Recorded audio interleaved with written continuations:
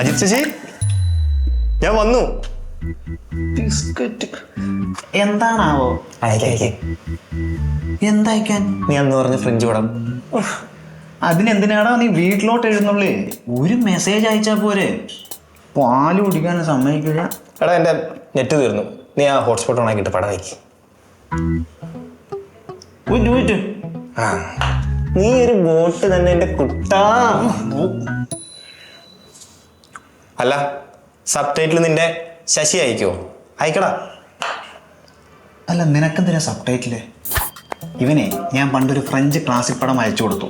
പിറ്റേന്ന് ചോദിച്ചപ്പോൾ പറയാ സബ് ടൈറ്റിൽ ഇല്ലാത്തതുകൊണ്ട് കാര്യം മനസ്സിലായില്ല, പക്ഷെ കഥ മനസ്സിലായെന്ന്. ശാടാൻ.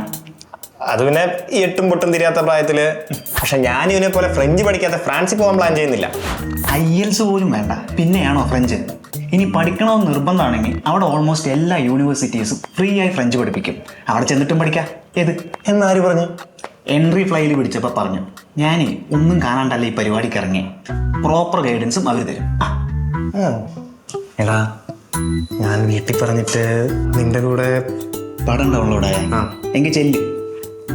ഉണ്ടാവില്ല അല്ലേ? എൻ്റെ ഊര